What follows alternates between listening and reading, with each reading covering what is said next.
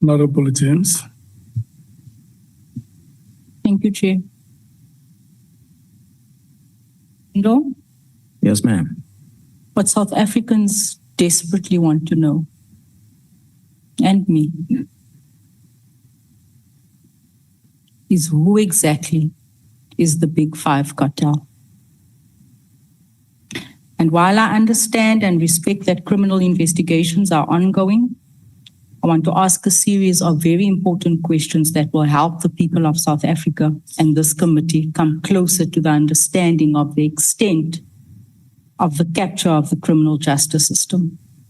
We want to know who are these thugs that has been feeding drugs to our children. And I stand here today as victim number one. I am an extremely angry South African. I am angry because for years I've been sending information to people and tip-offs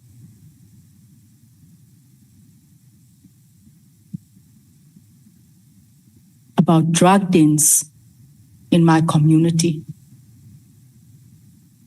And in 2026-25, after 15 years of activism, calling the president to Eldorado Park and ministers, an entire cabinet, having a presidential intervention in my community, and it's business as usual. I could never understand. Today I understand. I have on my phone here dozens of messages I've been made a fool of for years to General Sibiya, giving him tip-offs on drugs.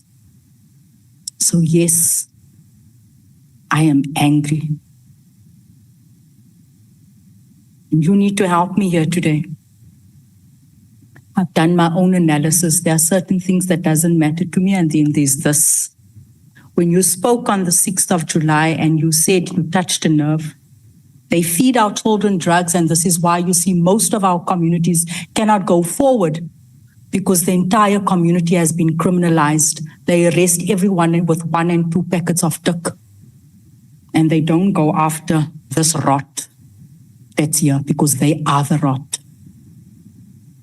So I need you to help me here this evening, because ons kan nie wag vir nog 10 jaar to uncover the mess and uproot it. My first question, what is the primary nature of the relationship between Sibiya and Cat Matlala? What we understand, the relationship will be that of a police officer protecting someone that's a criminal, which is got history and different criminalities, not just one. But it's a criminal relationship between the two. Let me add to that. Sibiya, DNC, second in charge in this country, accused of receiving money from Matlala, being the most senior SAPS official in the cartel. Am I correct? He's the most feared by another generals. So he's the most senior and he's the most feared in the cartel. Leaked confidential information through Sergeant Nkosi to give Matlala and Mzwazi, Msibi and others. Am I correct? That's correct. Brought in Rashid Ismail for kidnapping as a so-called expert. Am I correct? That's a name, correct? That's a name? Yep. Honorable Matthys asked you earlier on, who was the investigating officer? I put it to you, that investigating officer that Sibiya was introducing to the families of the victims that were being kidnapped is this man, Rashid Ismail. We've got on record his transfer money payment with Sangi. Who is Sergeant Nkosi? He's a detective that works at the head office. Am I correct that he acted as an errand boy, intermediary for General Sibiya and members of the cartel? He's one of the runners, as we had depicted on our sketch that we projected earlier. Got my eie sketchy. He collected money from criminals, worked in organized crime unit, but was effectively detached to run Sibiya's errands, collected bags of money and packages from Molefe's house. Am I correct? There's a person who's been moving around a lot between the group of people. Okay.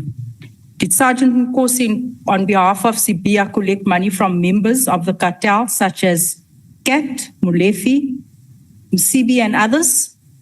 Well, I'm not sure. I don't have evidence of money, but what in his own words said to me, he's been moving things between them. I already touched on this. I'm getting ahead of myself. Who is exactly Rashid Ismail? I don't know who the person is, but he, of course, even said he's an expert in kidnapping. I don't know who. But you've heard this name before. Yeah, well, when the team were investigating and they saw that payment, they told me who the person is. Otherwise, I did not know about it. A payment between? Rashid and Dangi, the person that has been a suspect of kidnapping and known as a kidnapping kingpin in Mozambique. Okay. What is the nature of the relationship between Sibiya and Rashid? From what I gathered is that they are friends working well together dealing with the kidnapping cases. So let me say this to you. So-called expert involved in kidnapping cases abroad linked to Sibiya, who facilitated his appointment by families to negotiate ransom. This is what Sibiya does. And allegedly received kickbacks when the families pay. This is Sibiya. This is his guy. He's not even registered. What is the nature of the relationship between General Richard Shibiri, Kat Matlala, Molefe, and Msibi? What we gathered from the investigation, all members, is that Shibiri was the head of organized crime in Gauteng. When he started investigating issues that touch these drug kingpins, his life was threatened. So he then had to ease up and join the crew. So that what led into him being moved from Gauteng and elevated to be the head of organized crime at the head office. And Shibiri is the one who tipped off Matlala about the December operation at his house. I know of Sergeant Nkosi who did that. I'm not so sure about Shibiri's role. Received money from Matlala, 70,000?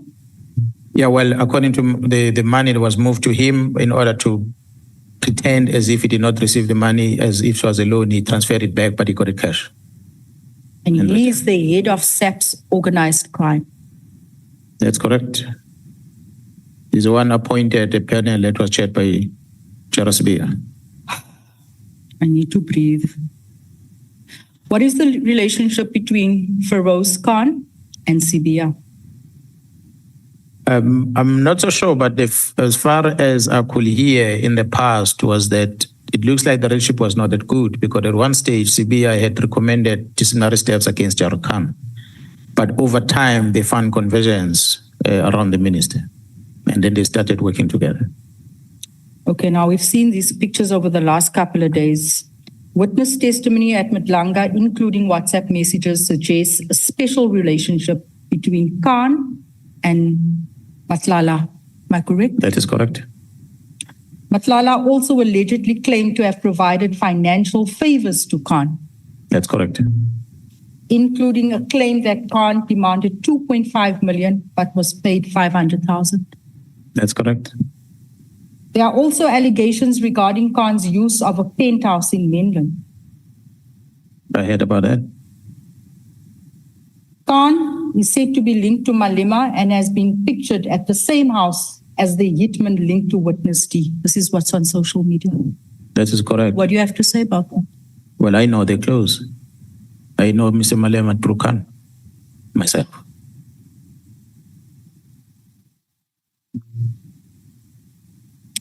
What do you know about General Feroz Khan's alleged relationship with individuals linked now to illicit cigarette smuggling, drug dealing, and kidnapping? Yeah, well, it's no secret that Khan had accompanied those individuals during one of the EFF gatherings, political gathering celebrations in Johannesburg. So from there, we could deduct that they've got a close relationship beyond what then the the investigation has revealed afterwards. Do you know about the relationship between Sibiya and Stuart Sharnik, who appeared alongside him in this very house? Well, I'm not sure exactly what links the two of them, but I did see the video. Stuart Sharnik, criminal with 34 criminal cases, 18 of which resulted in guilty findings, claims he rented his bulletproof car to Sibiya for 60,000 rand a month. Yeah, well, we are investigating that Mr. Charlotte's about many other things. So when the relationship started and the nature of the relationship, that I cannot confirm now. Okay. Let me move beyond SAPS. We're connecting the dots. Who exactly is Steve Mutsumi and what is he involved in? I still don't know who Mr. Mutsumi. That's why this morning I still asked Sergeant Nkosi, who is this Steve Mutsumi? Could he be the possible principal of the cartel, not the head? What I know is a person who was very close, was one of the inner circles of the late Mr. Mkhwanazi. He's a very powerful figure within and outside the police and possibly linked to influencing the appointment of provincial heads of the Hawks. That's information we've gathered. Who is Z Khumalo? And are you aware of what he is involved in and why he's involved with directing SAPS investigations and has access to confidential SAPS information? What we became aware about who Z is was that he is a person that was working very close with the late Mkhwanazi, and as a person who was the brain behind the taxi finance. He was managing the taxi finance under Santaco. So that's a relationship that we know of him. We've seen on the WhatsApp chats now about the case that he had opened and the communication then between him and Sergeant Nkosi and them. But to what extent his involvement, that we cannot say what else that he does. But we know him as a person who's been running the taxi finance as a business within Santaco. Very influential. Tender fraud, corruption, linked to Sergeant Nkosi, allegedly demanding and directing investigations through Sibiya's office. Yeah, well, we don't have evidence of that yet.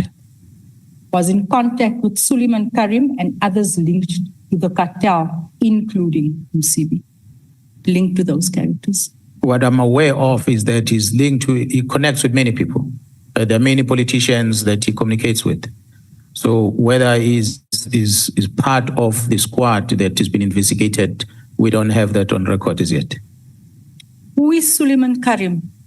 Suleiman Karim comes to the picture because of the communication between him and Ket Matlala regarding that contract in the police, the health contract. We learned that I don't know if he's still a secretary or is a former secretary of a political party in Northwest, but he's a businessman in Northwest. Did he pay Cat, he's the financier, did he pay Cat 10 million and was almost a silent partner in the 360 million tender? They're saying they can't hear? Yo, imagine. Suleiman paid Cat 10 million and was a silent partner in the 360 million tender. Involved in Morgan, Maumela, and paid him money involved with. Received information about Matala's contract and is linked to Brown Mkhwanazi and the Minister of Police. Am I correct? Yeah, honorable members, maybe you might want to also somehow, I don't know how you're going to do this, but engage with the Madlanga Commission, because they've got analysts, they've got more of this information that have been extracted from communication between people that are forensic evidence that might help you to make a better decision going forward, which you're asking me about it now, it's not in front of me. I might confirm some of the things, some of them I might make a mistake because we take it from what sometimes we hear on the media. Okay. But there is money communication between them. Or many transfers between them. Do you know Jerry Boshoga? And what is the connection between Jerry, Cat, Sibiya, Molefi, Mkhwanazi, Steve, and Suleiman? I'm not so sure about all those that you have mentioned, there are some of them partly that I know that there's been issues of drugs, and there are some of them that is issues obvious of taxes involvement. I've got, he's a drug manufacturer and distributor involved in sophisticated criminal syndicates since 2012, accused by Kat Matlala of manufacturing drugs on his farm, owed multiple drug syndicates money, which may explain why he was abducted and tortured. That's information that we have as part of the investigation.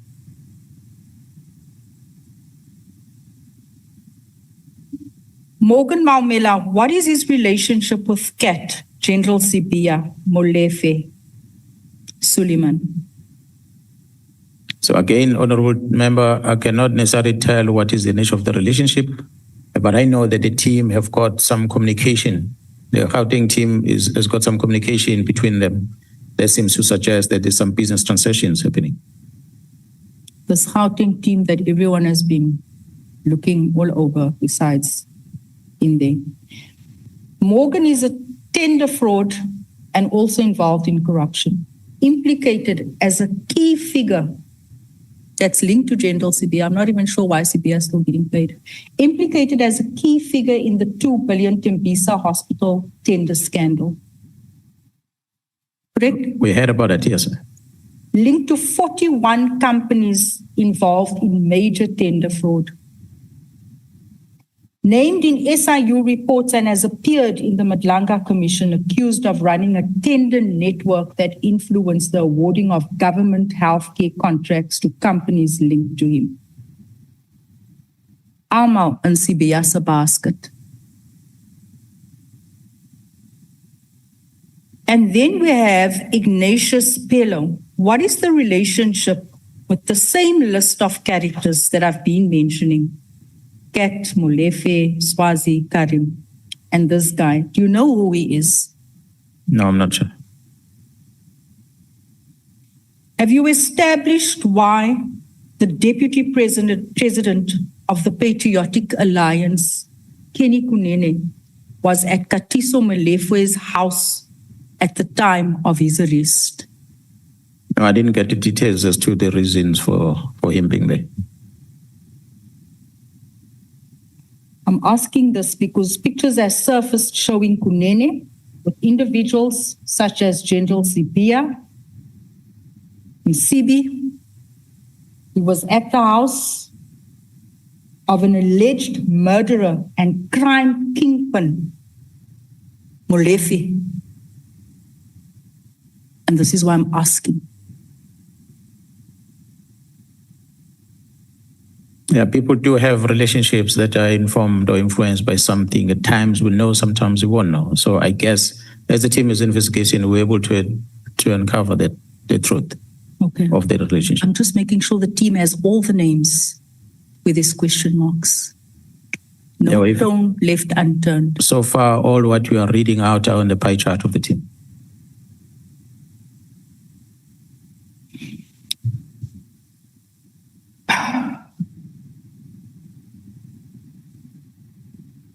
My concluding point, when one considers the individuals named and the allegations already before this committee, can you confirm whether the cartel at the center of all of this is responsible for a coordinated network of complex criminal activity, including, because if I researched all of these people, it's like a company, I said this yesterday, with various departments. Drug manufacturing and distribution is but one of the departments, how this cartel operates. It's all interlinked. The people that I've mentioned here possibly linked to the country's cash in transit heists. Am I correct? Not possible, they are. They are. Yes. Kidnapping and ransom. Yes, they are. Because this very guy by the name of Mr. Ishmael, he was also introduced by General Sibiya to Jerry's family to assist. that was involved in this Naigri, what do you call him? Nangi. Yes. Yes, I'm told he gets introduced by the police to different families that their families have been kidnapped. Yes. They always introduce him.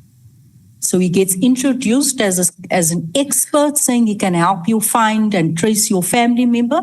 The family pays millions. And guess who benefits? That's correct.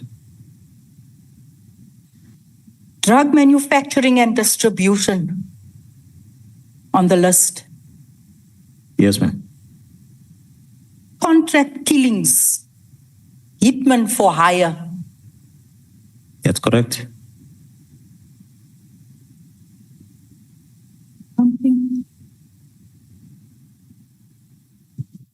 When we speak about hitman for hire, the AK-47 used in the murder of Arman Swart, we mustn't forget this, was also used in the murders of DJ Somebody, DJ Vintos, and Don Tindleli. Am I correct? That is correct. That's why Mlifi was arrested with all those murders and given bail more than once already. Why DJs? Because that's where the drugs are sold. For those that are partying, they're always in the clubs. Tender and procurement corruption, part of the offerings, if I can call it that. Yes, they do. Honorable members, I said earlier, this group that we're investigating might not necessarily be the most powerful in the country. There are many others that we're not talking about. But this one come to the radar because they wanted to control government. That's it. Others might be running it without interfering much with government, dealing with the junior police officers on the ground. But these ones wanted to capture the scene of the police and the very high level security cluster officials so that they can get away around, and politicians, unfortunately. Taxi-related crime, part of the investigations. That's correct. Bribery, extortion and racketeering, fraud and money laundering.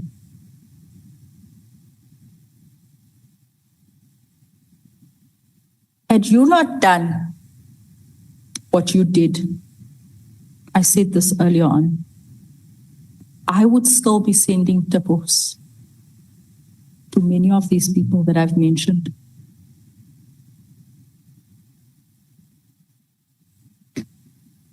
I cannot believe that to date we have suspended them and we are still paying them salaries.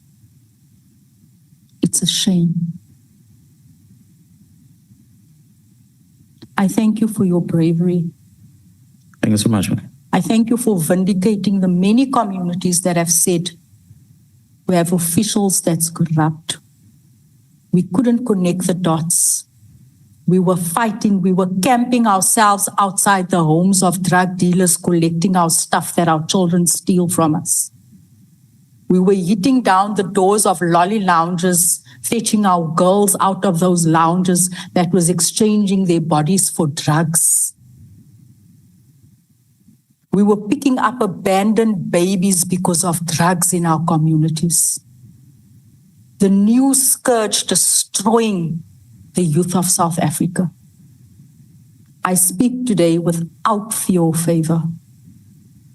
I'd rather speak than to live a life with someone that is on drugs. It is much worse. Bless you for your bravery.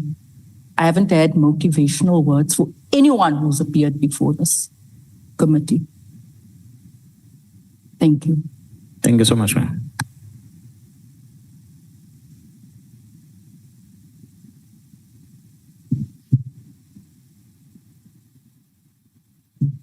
Honorable Samboni. Thank you very much, Chairperson. Good evening. Until 10:10, plus 15 minutes if you like. Thank you. I was about to ask, would you mind, Jay? Everybody got 45, I'm getting 30. I won't even need 30, No, Chair. I'm saying it's Sorry. until 10:10 plus That's 15 15 minutes if I like. if you like. Thank you, Chairperson. Good evening, General. Yes, sir.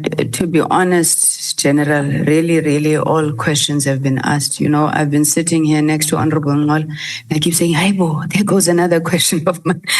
So, General, I just want to clean up a few things, right? And I need you to understand that. Sorry, I've said this before, but now we at deliberations and report writing stage. There'll be testimonies that are put here that we need to put back to you, that if they haven't been responded, then they go uncontested. So that's the thinking around my questioning. But maybe let me just start here. How have things been since July 6th? We see that you're working. How is the system settling? How is it working? And did your officers eventually receive their awards? I'm thinking there would have been police service awards recently. So how have things been? From the operational side point of view, things are looking good. The stats are talking. The case laws that are in courts are talking. There is evidence to that. We are looking good. The cases that have been stalled, that otherwise had we not done that press conference, will still be having people walking the streets. Those cases are in court. We can talk today about a majority of the things that is the wrong in the police, but the key figures of some of these things are already behind us. So we are seeing positive coming out of that. Members that have been deliberately pushed out of operations have been brought back by the very same courts to come and do their police work. That's why we are seeing this wheel of justice starting to grind, because our cry was to make sure that this wheel keeps grinding. And to the extent that the leadership is bringing it to the whole in that fashion, that's what was concerning us. But we are seeing movements that are happening. Part of the work that has been done, especially in Gauteng, there's more that could be done if the capacity is there. I've said before, honourable members, I'm glad you're asking this question about the rewards to the members, because it still pains me today. We are where we are today because of two sergeants that started this problem. They were joined by another sergeant, and eventually they were joined by another team.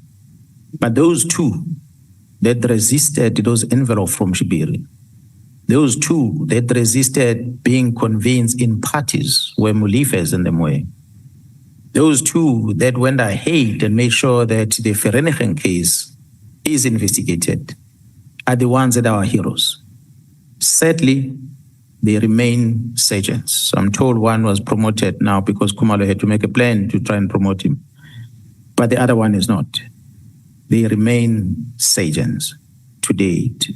We had pleaded with the National Commissioner to reward these members. We've had excellence awards. Unfortunately, they didn't get a single certificate for the work they've done. Now, this is the Gauteng squad I'm talking about. What we complain about, which is the first thing that means that disbanded. We said that before, which I kept on referring to what Honorable James have done yesterday, to realize that we've always been barking at the wrong tree. PKTT was never a problem. The problem was what was happening in Gauteng, which organized crime unit in Gauteng was involved, and counterintelligence in Gauteng got involved later. That is where the issues were. PKTT members that only came to assist, and they went back.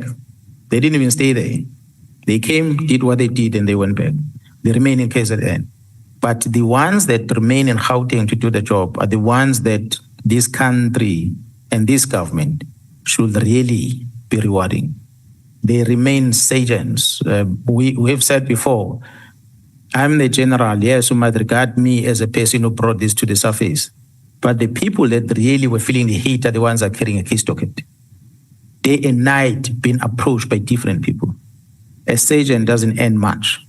So it's easy for these people loaded with money to approach them and bribe them with money. But they refuse that. Okay. And we have not recognized them. The ones that I talked about, honorable member, last time were PKTT members. Those PKTT members that have done the wonderful job that Honorable Mkhwanazi spoke about were promised to be rewarded last year. That was put on hold, postponed simply because of the letter of the minister. The National Commission promised that it's going to do something to them. The next Excellence Awards came and gone. They still did not get anything Okay. to date.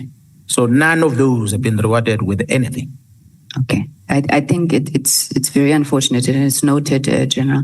I mean, I remember even the last time you came here, how you spoke of that matter. Hence, I thought to ask. But now, tell me, General, the new leadership, I suppose, I suppose this is only really the minister that's new, but are you getting any sense of reforms that are being put in place as this process proceeds to begin to deal with a lot of the issues that are being uncovered? I think the difficulty, well, I'm at the province. The acting minister kept on promising to come to the province. So we haven't necessarily engaged much or get much of the directive of how we should do things with the acting minister.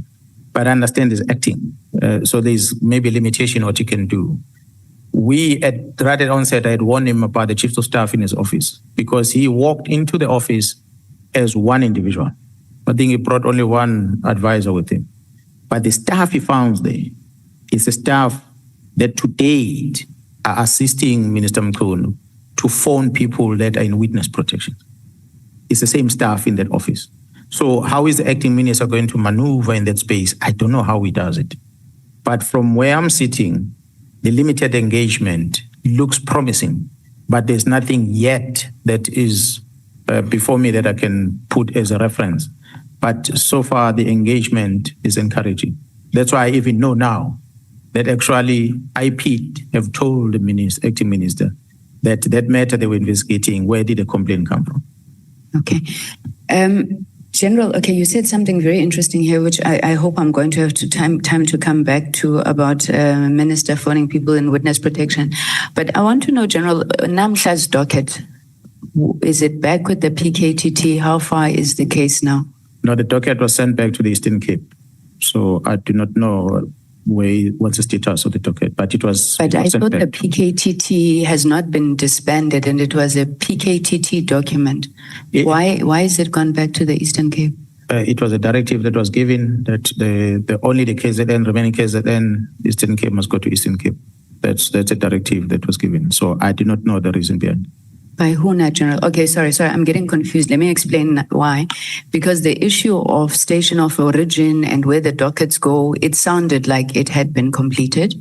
Then we were told, I think just after Madlanga Commission started, we were told that the dockets were returned to yourself in KwaZulu-Natal, who then gave a directive for these dockets to then be dispersed again.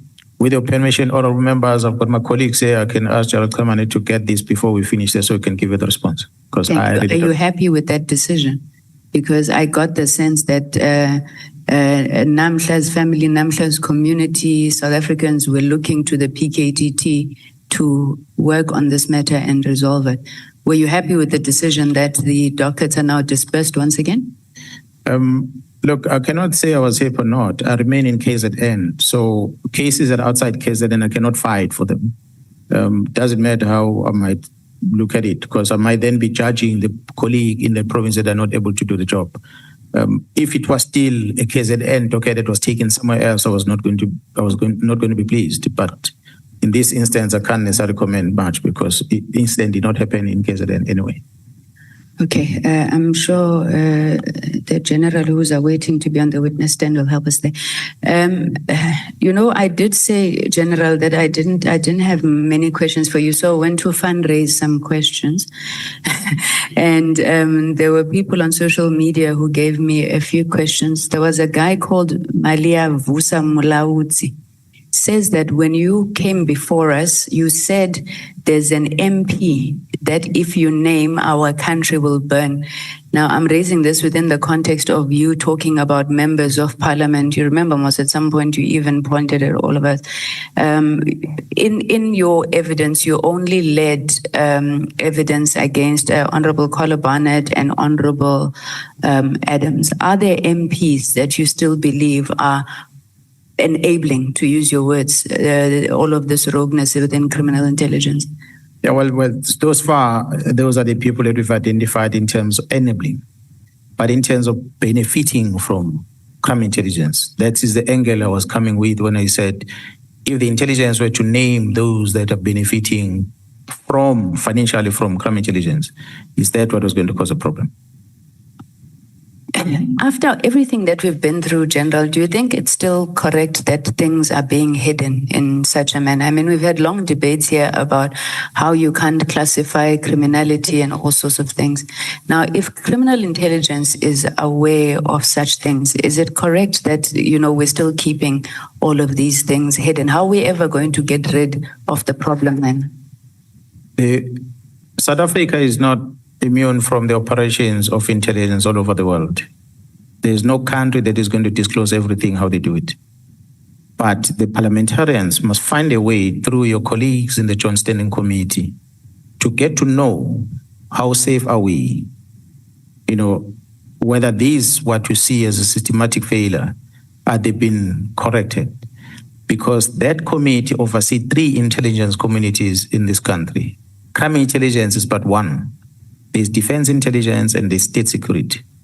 If crime intelligence has a budget of, as Mr. Police will talk about the million, maybe 100 million rand or 600 million rand, state security might have tripled that amount. And the entire budget is secret fund. So if there is misuse of funds in the police, there's a likelihood that perhaps in other agencies, similar things happen, or even worse. So it is important that the parliamentarians take note of this. We cannot then come and open our methods of operations on covert things before the world, because this is an international people watching this, international intelligent people that are watching these things. So there's limitation what you can tell, what you cannot tell. And it's not a secret of government, the government that is there on the day. No. It's for the safety of the country, beyond the administration that is voted in.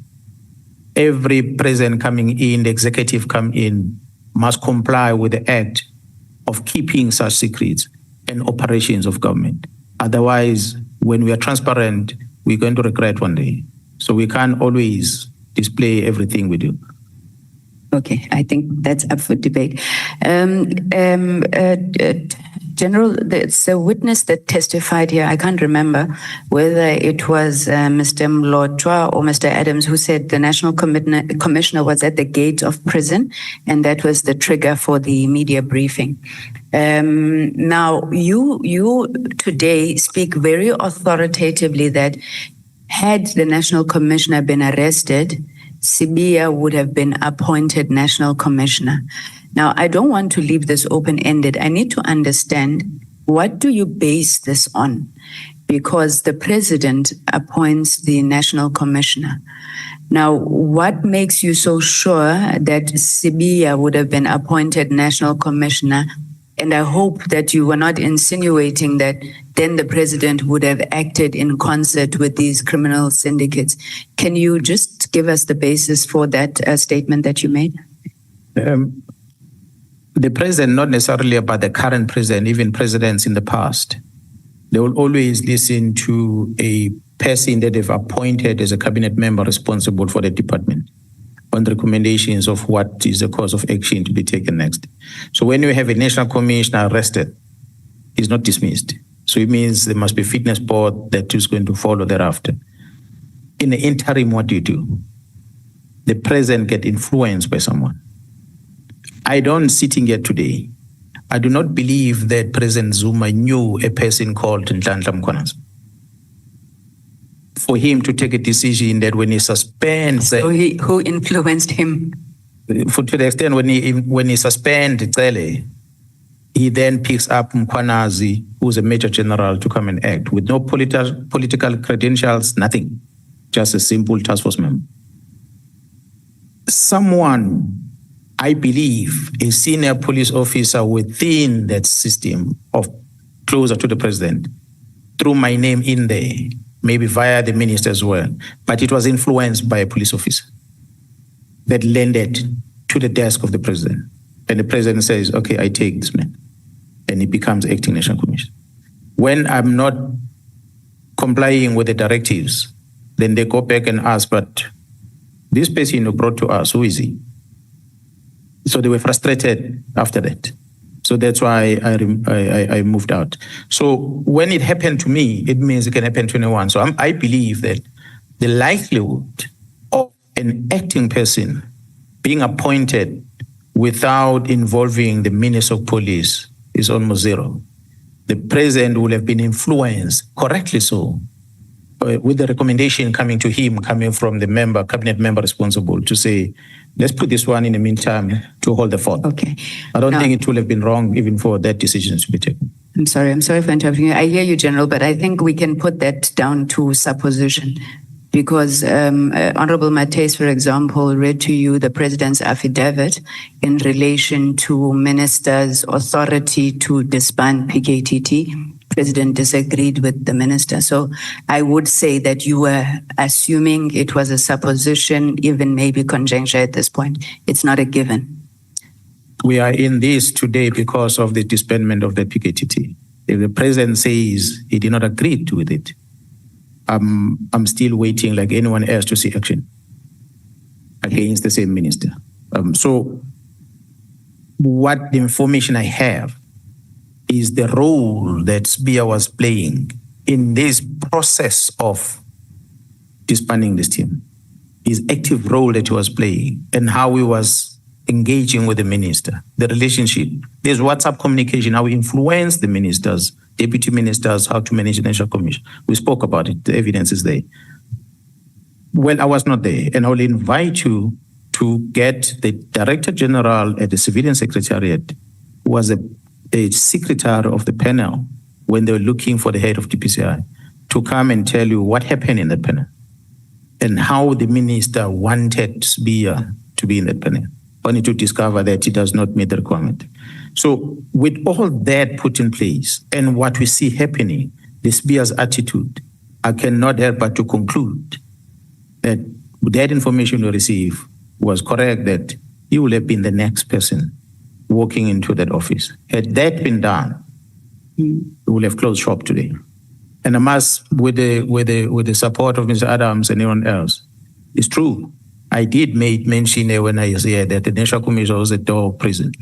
So Mr. Adams didn't thumbs up that. He took it from me. Okay. You know where you and I differ, General, on a number of issues is that I'm really trying, as difficult as it is, to stick to the letter of our terms of reference, which is investigate the veracity of the allegations. So, I remember earlier on today, you addressed me on the issue of the minister. It's because we need to get to the veracity of the allegations. So that's why I also did not want to leave this one open-ended.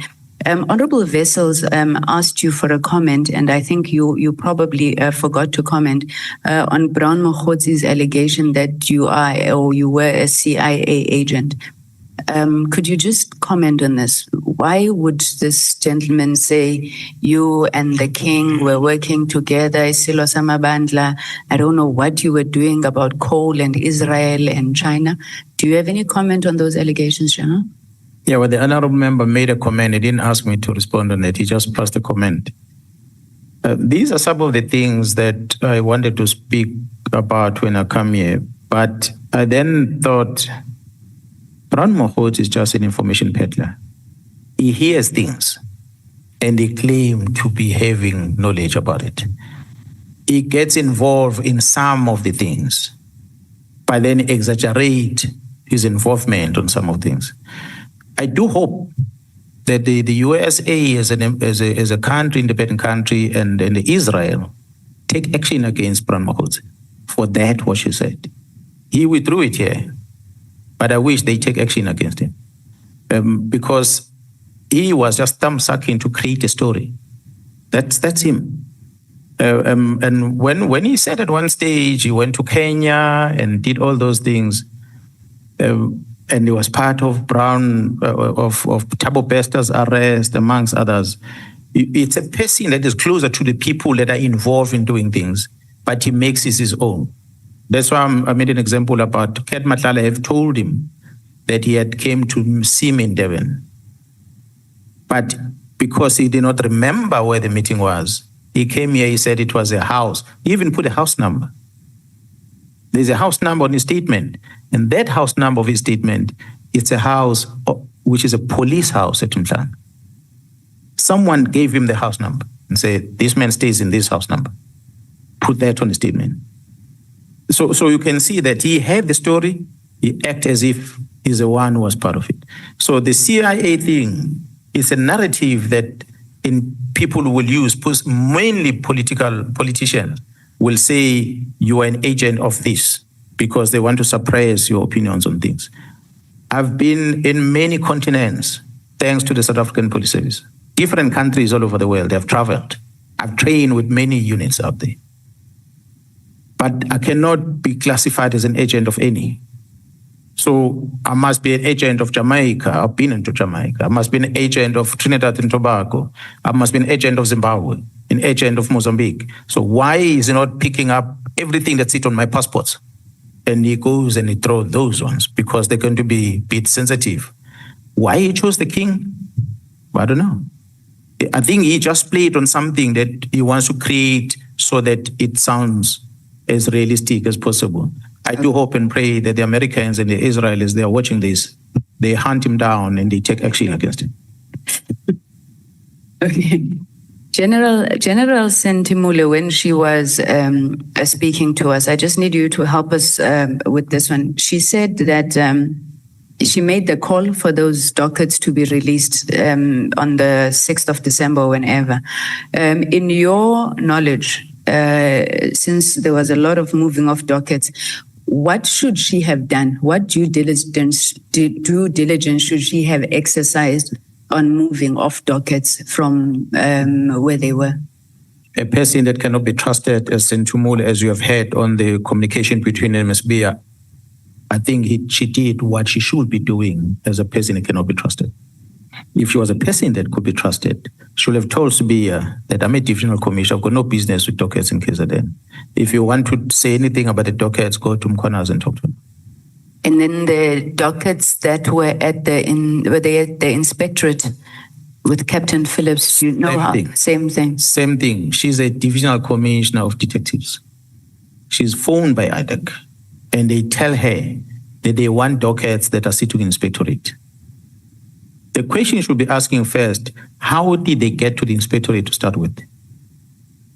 Now, the state, the province where the dockets come from, if you go and check their system, I believe even today, those dockets are still open. That system is open. Those dockets were transferred from that station to the provincial office. That's what the system will tell you. How they move from there to inspectorate, from inspectorate to IDEC.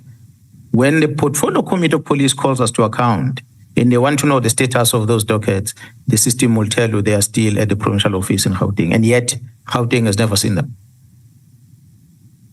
Okay, I know that you'd already testified about rogue elements within IDEC, so I'm not going to do that. I suppose it's just trying to join the dots of everything finally.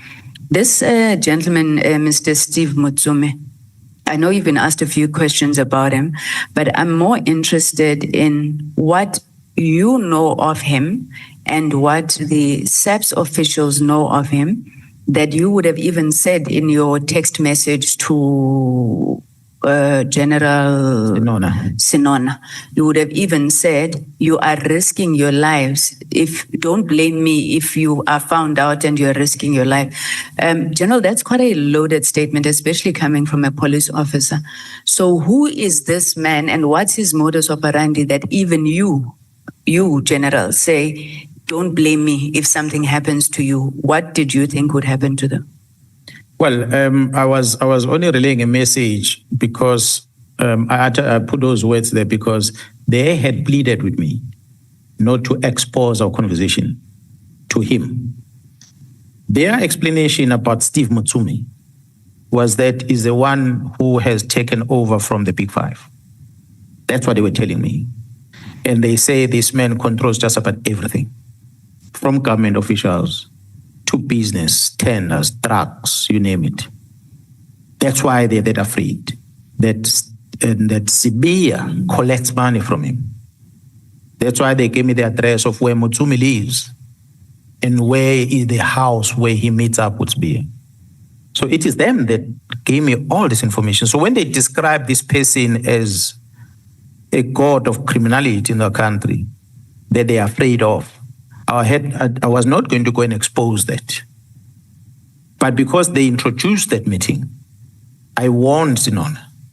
If Nona was really concerned, as he was when he appeared before Madlanga, he would have reached out to me and said, Madlanga has caused a problem.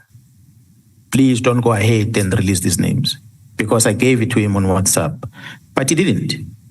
Instead, they're trying to twist what the meeting was about. That's when I concluded that, well, it might as well come out public. I did not know. I still don't know the face of Steve Mutumi, but they told me who is Steve Mutumi. Can we take it that there are investigations that are underway on this? Definitely. Okay. Definitely, because subsequent to that meeting, I had to pass it to Jarukumal and them and say, Kat Matlala tells me that, Kat and Snon are telling me that there's a gentleman called Steve Mutsume that lives at Waterfall Estate, and he's got a property here in Sentin, and this is what he does. Okay. So they are then investigating as a result. Okay. General, I want to disagree with something that you said earlier. In fact, I believe that you were reprimanding the MPs, where you were talking about them and about us and, having opinions. General, we're not a court of law here. We're public representatives. And we are not obliged to either be impartial or objective. We represent the views of people, and from time to time you'll hear us saying even things that people are saying out there. So I want to disagree with the notion that we cannot have views on a matter. Where you are correct is that once all that is said and done, we then need to objectively apply our minds to what we've heard. But it can't be. I disagree with you when you want to reprimand MPs for either demonstrating an affinity or lack of affinity to a particular witness. I don't think that is the role of the MPs. And I'm laying this as a background because I want to come to now where I disagree with you. And I think there's always been two issues. And I was hoping that by the time you come back, because when I asked you the first time, especially around issues of evidence around Minister Mkhwanazi, one of the things you said was that, no, Khumalo is going to come here. Ask him, he'll give you evidence. And unfortunately, General Khumalo came, there was no evidence. He said there was no evidence. General Masemula, and so forth and so forth. Now, that point has already been canvassed by members. I don't need to go back. But on the overreach of power, please do comment on this so we close it and we move, right? You've said today that, and I'm happy you said this, right? And this is not because I'm defending Minister Mkhwanazi. I honestly did not believe that Minister Mkhwanazi was part of a drug cartel. So you've said today you believe he was influenced, you believed that he was misled. Then you said, and when you were explaining that, you said, that's why you wanted to speak to him, so that you could just advise him. Right? And maybe if he heard you and saw, I am assuming that what he was doing was wrong, he would have listened. The National Commissioner also said he would have tried to speak to them. But at that point, neither you nor the National Commissioner had issues of overstepping his powers. At that point, you just thought, no, but this is a wrong decision. Not that you couldn't take that decision. What would be your comment to that? I will say, for me, it was overstepping his powers. I did not want to wait for the National Commissioner to approach the minister. I felt after reading that, I said, Minister is not allowed to do this. Let me talk to him. Someone has influenced him wrong. That's why I called him immediately. I called the Chief of Staff to get into a meeting with him. I was honestly hoping that we were going to meet and talk about this. With the hope that I can warn him about the things where he's overstepping. Okay, Honorable Adams testifies that nobody had a problem with this disbandment of the PKTT, right? Then he uses examples like the portfolio committee meeting and so forth and so forth. And he says, okay, I don't want to put words into his mouth now, but he says everything was going along fine. The national commissioner says all he disagreed with was approach, that it shouldn't be immediately, but rather phased in over time. And if I put it to you that it was only then when you got the downloads from Minister Madlanga that you then began to put together this whole issue of defeating the ends of justice and misrepresentation. But before that, it was never about whether he had the authority or not. You disagree with that? I repeat again, or remember, I think it was on the 2nd, if not the 3rd of January, shortly after the letter came out, that I reached out to the minister because I was against that which he wrote there. I was not against in the main about issues of intelligence because I did not know the background around it. Knowing that the regulation that's been amended gives him the powers now, and the SAPS management has not challenged that. So I assume that one is within him. I did not know what was happening with the border security. It does not fall under my command, so I didn't pay attention. What I was concerned about his role in taking a decision to shut down a team, is that what was concerning me? And when I spoke and made some examples strongly with the chief of staff, chief of staff delivered the wrong message to the minister, or correct message, I do not know. But the minister took offense of that. That's why he advised the chief of staff to record me in a second conversation. So when the chief of staff came the second time around, and I'm sure you heard it in a conversation, that the only thing I wanted to do was to sit down with my leader and talk to him. He did not afford me that opportunity. Instead, he sent people to record me, which means the decision he took on the 31st, he took it consciously. He knew what he was busy with. The time passes by. I see all the wrong in between. That made me realize something is still not right. Again, in April, I sent him a message requesting for an audience. General, I'm so sorry. I hear you. I hear you. I'm in injury time now. Okay, don't you find it strange, General, that every single officer that we have spoken to says they did not know Mr. Madlanga until they read in December what of his contract and whatnot. I'm finding that very, very hard to believe, and I'll tell you why. The meeting at the Pearls happens on April last year. In April last year. Yes. This is April that other year. The incident of Madlanga of a contract is 2024. Yes, 2024. Yes. You meet him in 2025. That time I know about the investigations against him, about the contract, everything. So, not deny that. When you were setting up then the sting operation with criminal intelligence, this guy had not been in your radar until the News 24 story about his contract. I do not know what was happening at head office. But Ket Madlanga, I think when he comes into the picture with the team, it's the team that is investigating the drug issues, the Vereeniging case. As they're investigating the Vereeniging case, then they pick up the links that brings this case into forensic, into detectives, and then Ket Madlanga pops in.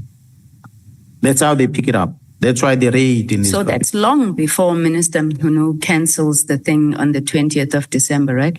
Because those investigations happened and then they culminated on the interventions or the actions on the 6th of December. Yeah, that's why I kept on saying, Honorable Member, Minister Mkhwanazi arrives there in June, July of 2024, but he writes a directive in December. I don't even think he knew what is the annual performance plan of the police look like. And the strategic plan, but he writes a disbandment of the team. So the period tells me that the minister was not aware about what's happening, and he was influenced to take this decision. I believe still that in the presence of the minister, I was not in that meeting, but when the minister sits in a meeting and he says, there's a problem about this contract, I think you need to cancel it, or whether those words he used or not, But looks like he's the one, the Minister Mkhwanazi, who initiated the cancellation. From Yes, what I and that's gathered. what I'm saying, General. And the police knew about Ket Madlanga even before the minister said cancel this thing because That's he was correct. being investigated. Isn't that strange that they let it go? They're busy investigating. They know this guy is here, but he's still doing health services for the police, and nobody claims to know him until the story breaks in December. But the team already knows about the criminality that involves him on drugs. It's not the same people that are part of these contracts. So I don't even think, sitting here now, if you ask me the contracts that you have in the police, I won't tell you. Because I don't pay attention on those. I'll focus on what I do in my province. But there are many contracts we have in the organization. I don't believe the team was aware about the awarding of the contract and all those things to who is involved. Even me, I didn't even know there's a contract given, who is the contractor. It's one of those things that we don't get involved from the operation side. How do you then, when you think about this, how do you explain Minister flagging this contract and calling for its cancellation? Because it's one of the things that he puts forward I and applaud says, why would I do this if I'm working with them? No, I applaud that. And I'm still saying again, I don't think Minister knew Ket Madlanga. It is after the decision when Ket Madlanga approaches Brown Mkhwanazi to complain that this man I'm feeding through you is doing this. Okay. That Right what there sparked on- the action from Ket Madlanga, from Mkhwanazi and Suleiman in Northwest. Because Ket Madlanga is crying to them that you are saying to me, I must pay for this January 8 and this on behalf of the minister. But here is a minister taking a decision. So I like to believe a minister will not take a decision against Ket Madlanga if he knew that Ket Madlanga is supporting him financially. Surely he didn't know him. That's why he takes the decision, because it's been played by these Mkhwanazi and them. General, I know that the investigations are still ongoing, but to date, have you found any evidence of Ket Madlanga financially supporting the minister, using your words, whether it's for his presidential campaign? Remember, you said Brown Mkhwanazi is an information peddler, takes things and make it as if. So I don't think it's beyond the realm of possibility that Brown Mkhwanazi goes around and says, I'm telling the minister this, I'm doing this. In fact, that was the view that I got. Do you believe that you are, I am respecting the fact that you said there's investigations, but you are close to finding a link between Minister, money, Ket Madlanga? Well, the investigation happening in KZN, I've not been briefed about that. But the investigation happening in Gauteng, again, I cannot confirm because it's not in my space. What I believe still to date is that in the main, minister's role that leads into the criminal investigation is the action of that letter, is the interference with the police work. And when there's efforts to try and bring this to attention, he doesn't want to take it, which therefore means he's been influenced and he believes the people that influenced him. If that was not the case, I wouldn't understand why would I ask for a meeting with the minister. He calls me to come to Pretoria on behalf of Sibiya, peace talk. He still acknowledges my request, but he let me go back to Durban without even engaging me on that one. Here is a Brown Mkhwanazi that is his comrade. I raise issues in the open meeting of Parliament about Brown Mkhwanazi. He doesn't pause to question, but what did Brown do? So that he can get to hear more. He doesn't, he just brush it off and he continues with Brown. So it's a person that you are warning about what's happening and he ignores you. What can you do? You can conclude that means he's aware of what's happening. Okay. So without you having a concrete evidence, but his attitude tells you that he knows very well what's happening. He just makes sure that it cannot be traced. He push it far away and he operates from the distance. Okay. Now, you also took umbrage with the reasons that he advanced for the disbandment, right?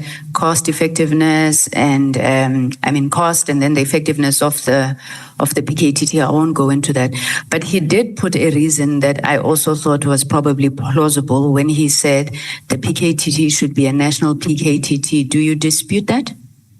You cannot arrive here and you say your surname is Mkhwanazi, whereas my surname is Mkhwanazi. So he arrives in the police, PKTT is on black and white, written. He comes and he adds an N on top of it. Where does he get it from? So he started creating his own thing.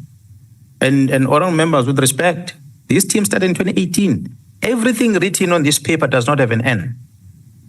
But when it comes General, that's not my question. Okay, No. I want to stop you because my question is, he says part of the reason why he wanted to disband it was so that he could spread the capacity throughout the country. I mean, I was talking to you now about Eastern Cape and the need for a similar thing in other provinces. I'm sure you just said they opened in Gauteng.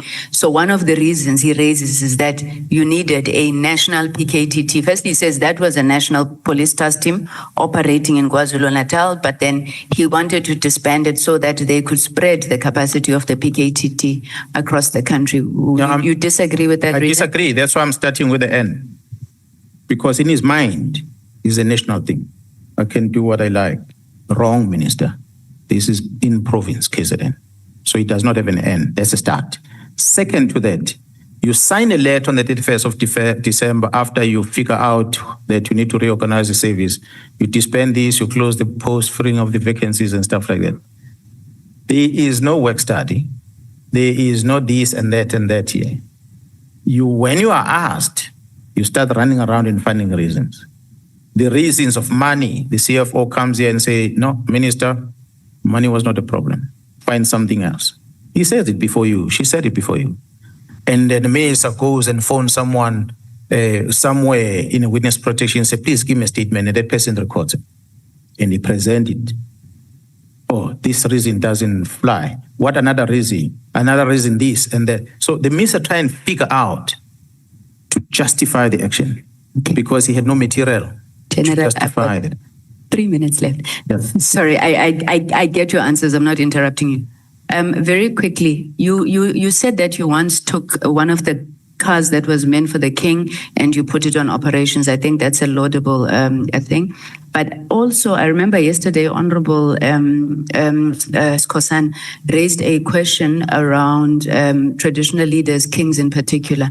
General Masemula said only 2 are being protected. Now that the mandate of the PKTT has been expanded to include traditional leaders, 1 is the traditional leaders only in KwaZulu-Natal, and 2, what about the rest of the traditional leaders, especially the kings throughout the country? Is there any plan for security around them? Is there any plan for even security and threat analysis, or do you just leave them like that?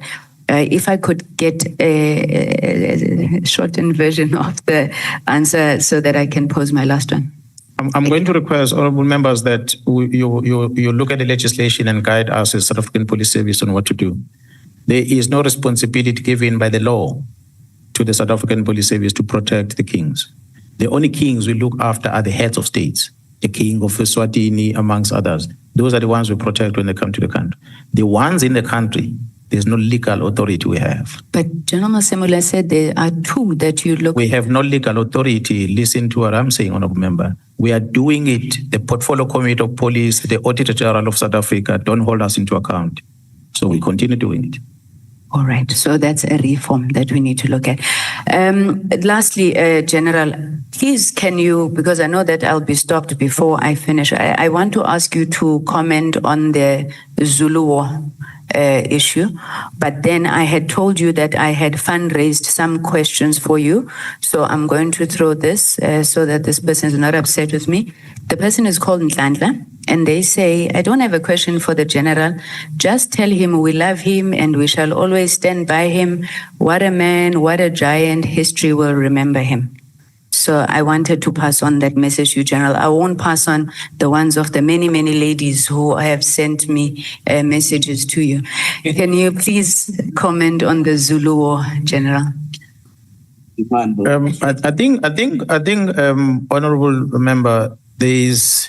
And I would like you to take it to your own political party, because from my assessment where I'm sitting, there is a problem between the former minister and the current minister, Minister Mkhwanazi and former Minister Cele. What is the problem? I don't know. And we somehow, I feel like we're getting caught in the middle. And we are painted as the people that are siding with this one and not that one. We worked with Cele. We worked very well. He's gone. He's no longer minister. We have a new minister. We must work with the new minister. I pleaded with the minister to come and visit KZN. Minister Mkhwanazi will tell you that. so we can brief him about policing in KZN. He has not done that. Now, when people are then influencing him that we are careless people, if he takes that attitude, he then creates more divide. And an outsider will then say it's a Zulu war. Thank you so much. That is the unfortunate reality. Yeah. Thank you, General. Thank you, Chairperson. The grace period of the member has expired.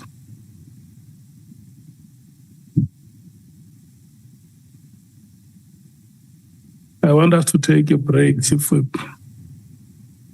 Otherwise, we are going to sit for 4 hours. We are left with 3 speakers now. We must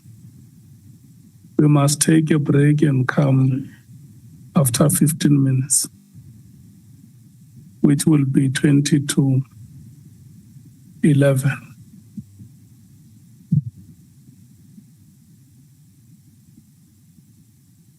We're taking a break.